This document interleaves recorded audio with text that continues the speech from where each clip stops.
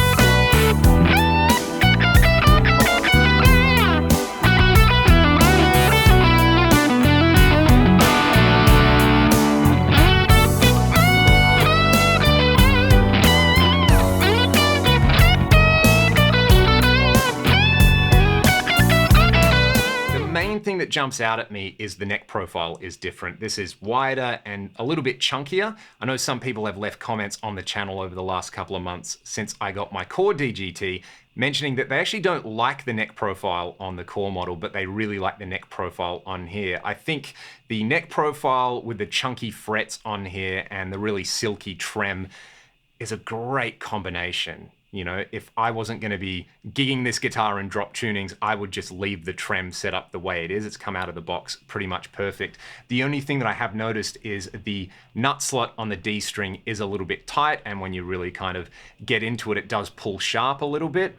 That's something that I think can be fixed pretty easily with a setup. It's not a big complaint, but it is something that I wanted to point out. There's a few little kind of finish blemishes on here. The main one, I don't know if you're all able to see that, hopefully it zooms in, is basically you can see a straight line where the paint goes across here and it hasn't just been patched up to kind of meet the nut in there. Furthermore, the nut, there's like maybe 2 or 3 millimeters of a gap between where the nut stops and the end of the fretboard stops. Again, if you were going to change the nut, that's something that could be easily done. Otherwise, there's no actual kind of finish blemishes on here, and I really, really like the natural binding on there and the dark back. So it's really, really hard to actually find complaints about this guitar at this price point.